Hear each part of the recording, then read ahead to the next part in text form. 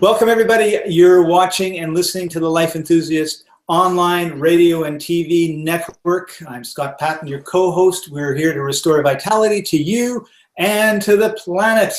Joining us, as usual, is the life coach, the health coach at Life Enthusiast, Martin Patella. Hey, Martin, how you doing? I'm doing good. Thanks for asking. It's a good day for me anyway. How about you? Not for me. No.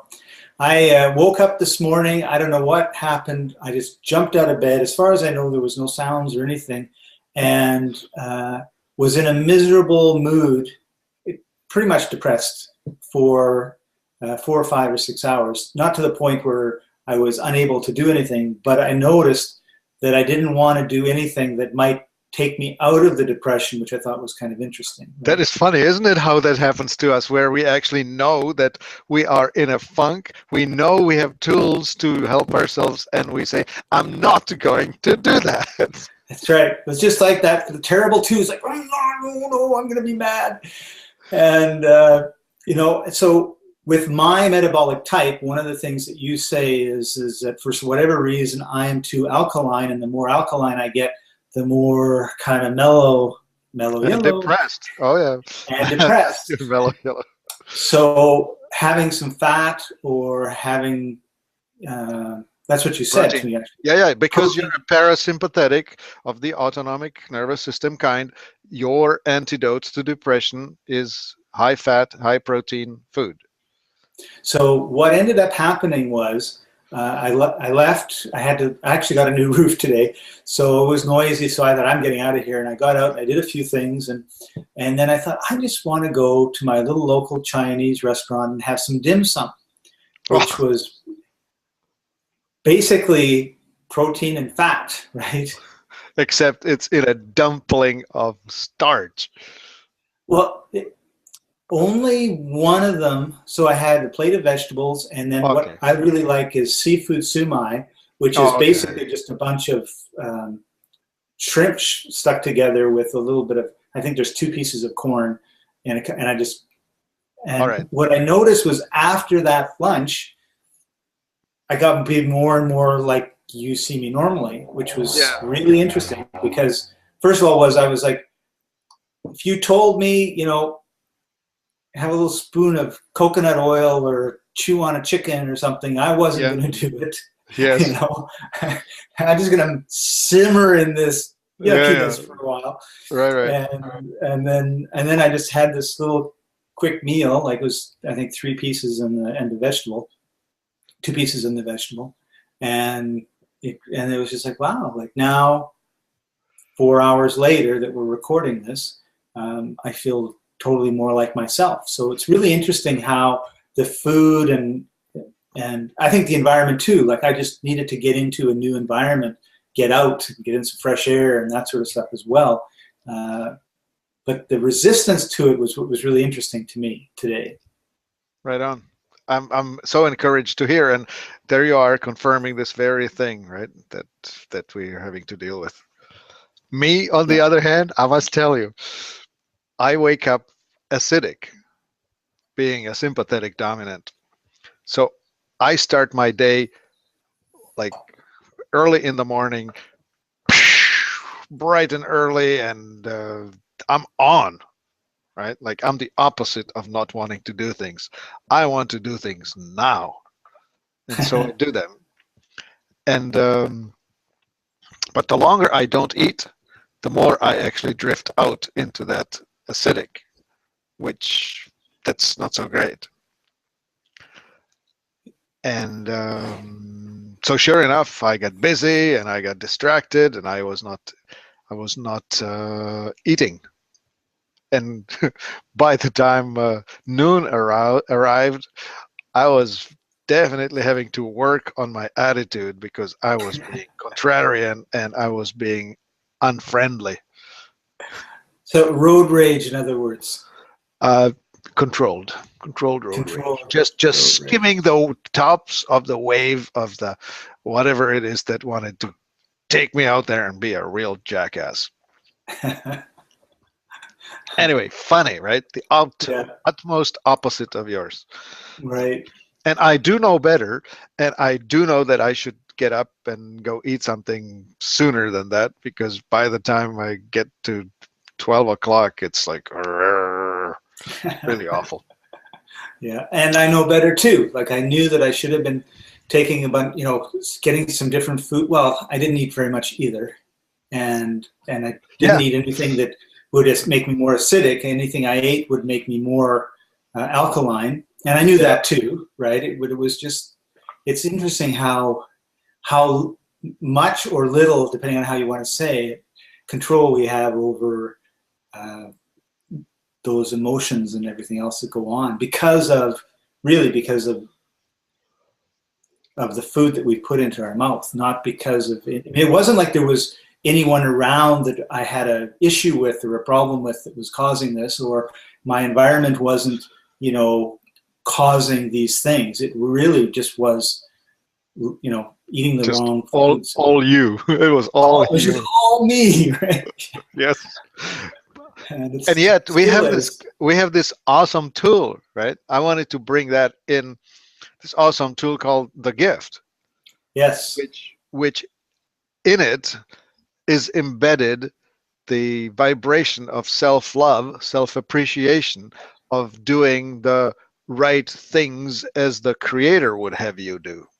I mean, it's as close as to the ascended vibration as anything. Like on the scale that David Hawkins put together, from 0 to 9,999, 999 being the consciousness of Christ, 1,000 you can't stay in this body, you have to transcend.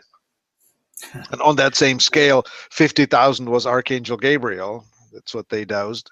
And 700 was Aristotle and Plato, and 540 was unconditional love, and 500 was love, and 400 was science, 300 was truth, 200 was courage, 100 was hate.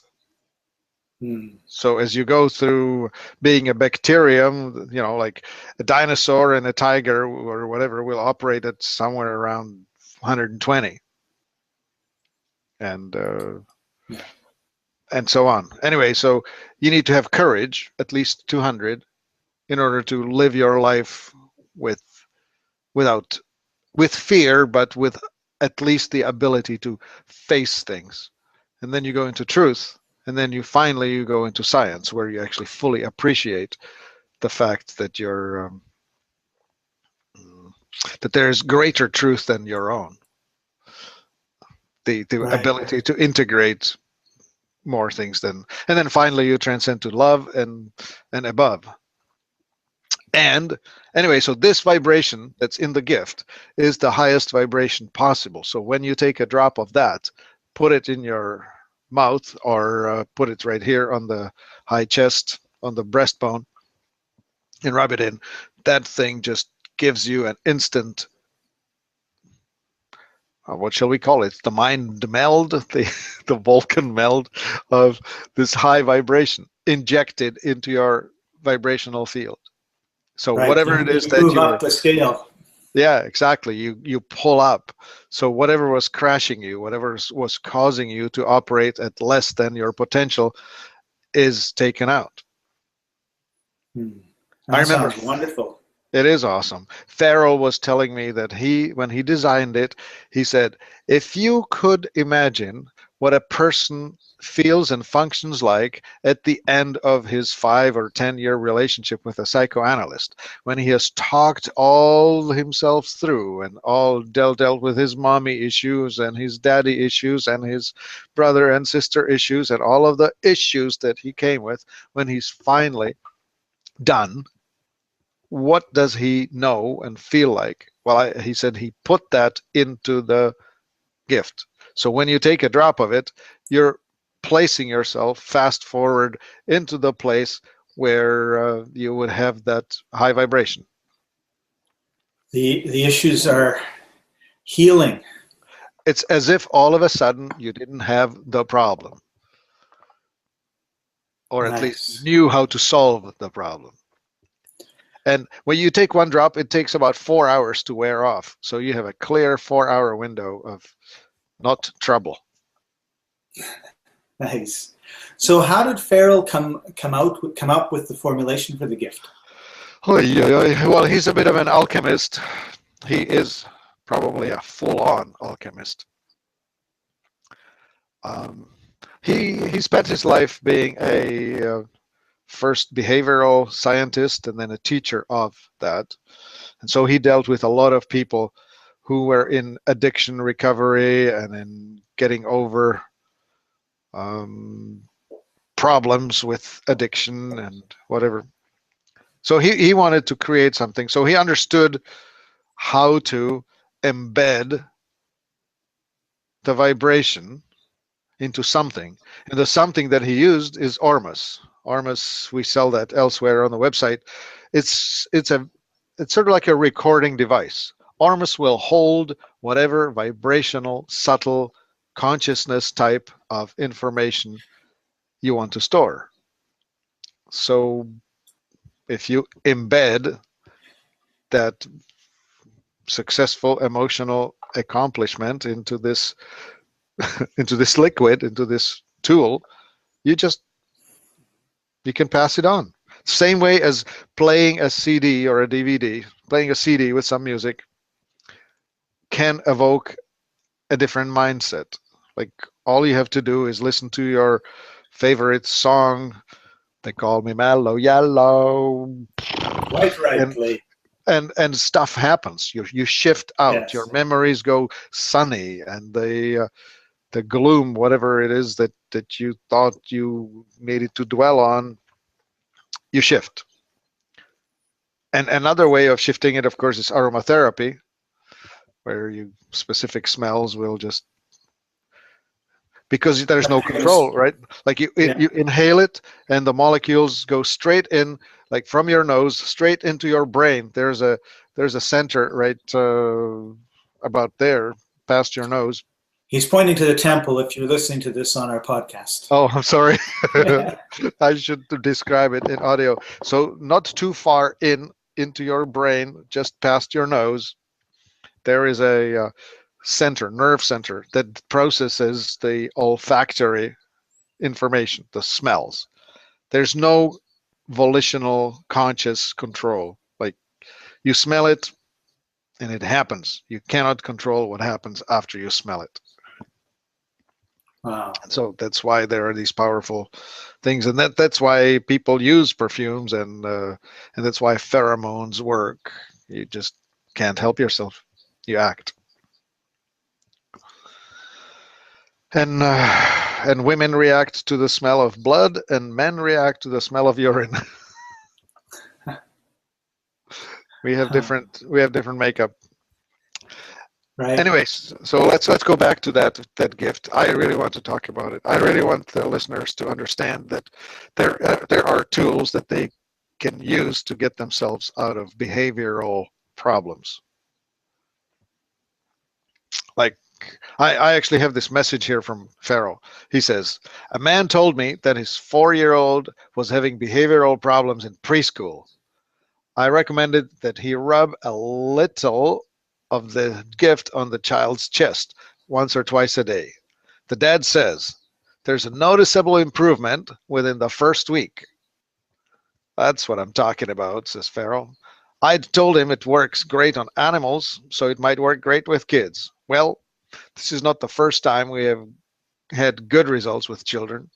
That is, with learning and attention issues. Now, here's a wonderful new alternative for parents with children having behavioral problems.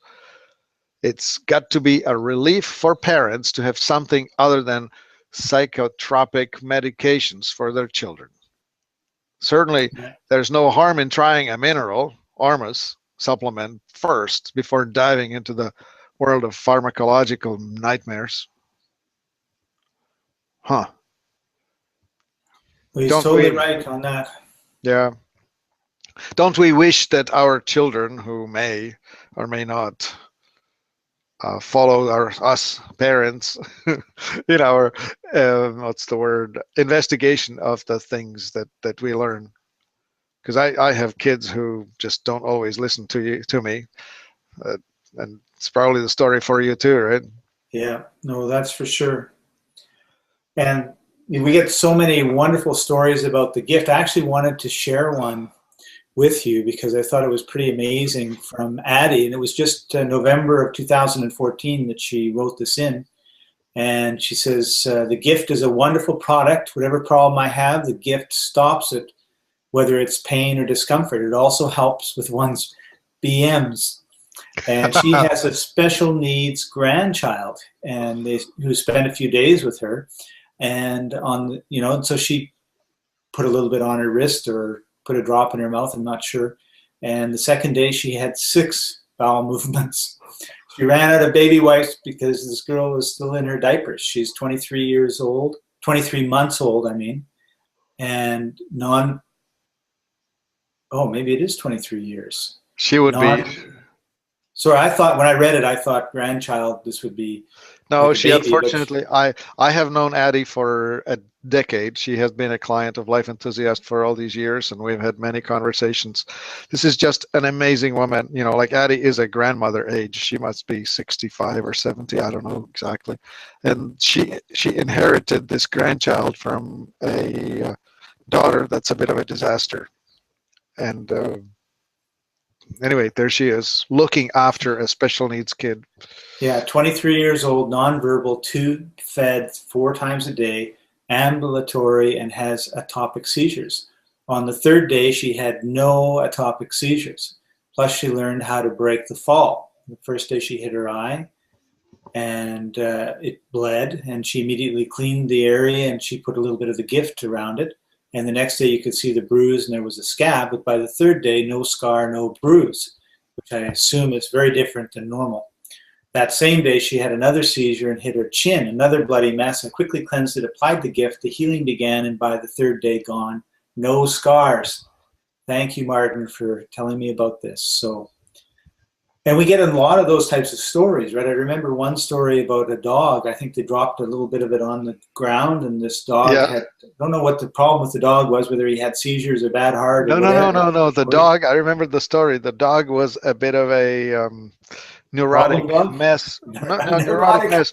Dog. Yeah. The dog was always attacking other dogs, like was acting out of fear with aggression. Yeah. Which is actually not that untypical for humans too, especially young men in an urban setting. When they're unsure or afraid, they just start posturing, puffing their chests, and just pretend that they're going to just pound the face on you, right? Well, this dog was acting that out, this neurotic thing. Anyway, I remember the story. A drop of it fell on the floor. It was a Rottweiler. She licked it and had a meltdown. And that was the last time she was, for a brief moment, just totally came apart. And then that was the last time anybody heard from her about being aggressive towards other dogs. Oh, okay. Just forget it. I'm self-confident. So she got all the emotion out, and then she was ready to just relax and be mellow yellow. Yeah, just became self-confident, and they did not need to act out of fear at all. Yeah, those are great stories. So instead of what's the word? Instead of medication, get some mallow yellow. Get the gift. And so there was another story by Sharon from a couple years ago, and evidently she was in the Army.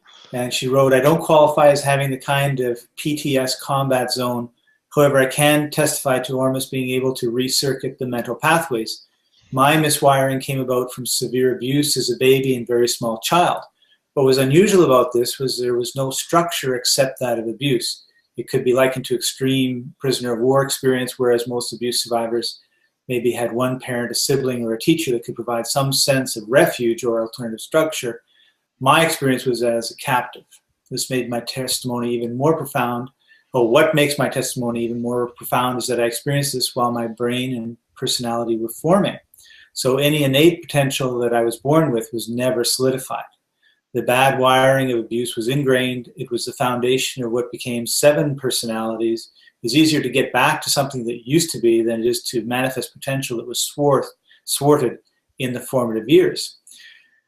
I could not have done this without Ormus. No amount of drugs, electroshock, or therapy could have done this for me. It took about a year of Ormus before I felt that my internal brain changes were complete. Since then, I've been recreating myself. Each area of dysfunction has to physically be expressed, lived out, and then discarded. These are subjective experiences that I pass through where I feel like that old limited person, go through an experience that triggers, and once I get through it, it's totally and forever gone. This is the bottom line in recreating oneself. Ormus will first give to a person, filling them with hope and strength. It is during this time that we must learn faith and know that when the dip into the roots of our limitation is upon us, we have the strength and fortitude to get through it.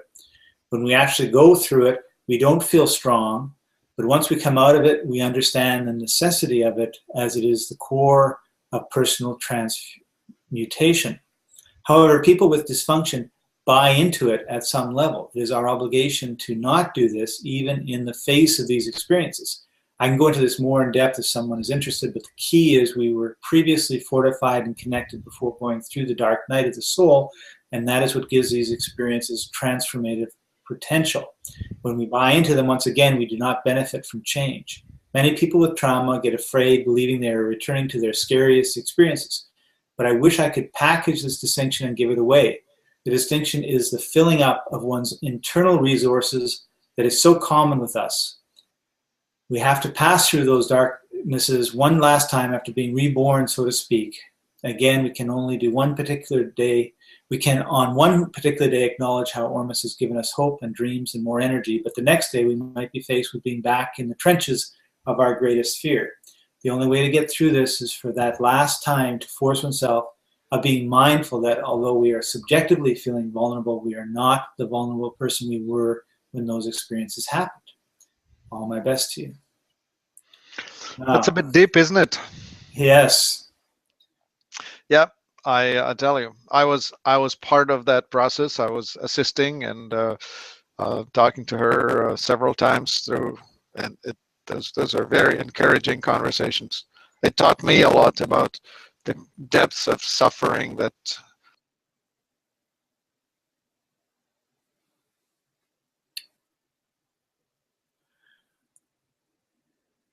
Well, there we go. We've lost Martin, and so I think we'll end our show at this point. If you want to know more about the gift, head over to www.life-enthusiast.com and just do a search for the gift. You'll see it. It looks like this if you're watching us. It's absolutely amazing. It comes in a little dropper, and you just two drops under the tongue. Hold it for a couple seconds if you want. And Martin has returned for some last words. Thanks for coming back, Martin. Yeah, I tell you, my computer said the call has ended because the computer has gone to sleep. Oh. I was afraid that maybe we were putting the audience to sleep, but So you were talking about Sharon and the experience that you had with her. Yeah. If there's any, I'm basically just wrapped up the show, but if there's anything you want to add to it before we go, I've already told everybody where to get the gift. And you came back just in the nick of time, because otherwise I was saying goodbye. Okay, well, I would like to say that yes, the gift has the wonderful potential to bring out the strength or support you with the vibrational fortitude that's required to deal with the difficult things. And even when you're not that conscious of it, you can, as the story I started with, if you're not even conscious of it, you can just give it to a child or a pet, and they will internalize it as the high vibration, as the high consciousness, the structure that we need in order to function at the peak of our own potential. That's right. Awesome. That's a good way to end the show today, Martin. Thank you. So you've been listening to Life Enthusiast Online Radio and TV Network. I'm Scott Patton, your co-host, along with Martin Patella, the Life Enthusiast health coach. www.life-enthusiast.com. We'd love to hear from you, get some feedback on this and other shows that we've had. And if you have any questions at all about your mental state, your emotional state, your spiritual state, or your physical state, give Martin a call. And the number, Martin, because I never remember it, is 1-866-543-3388. In fact, it stands for LIFEETT. Awesome. Thanks for joining us, everybody, and we'll see you next time. Bye-bye. Bye now.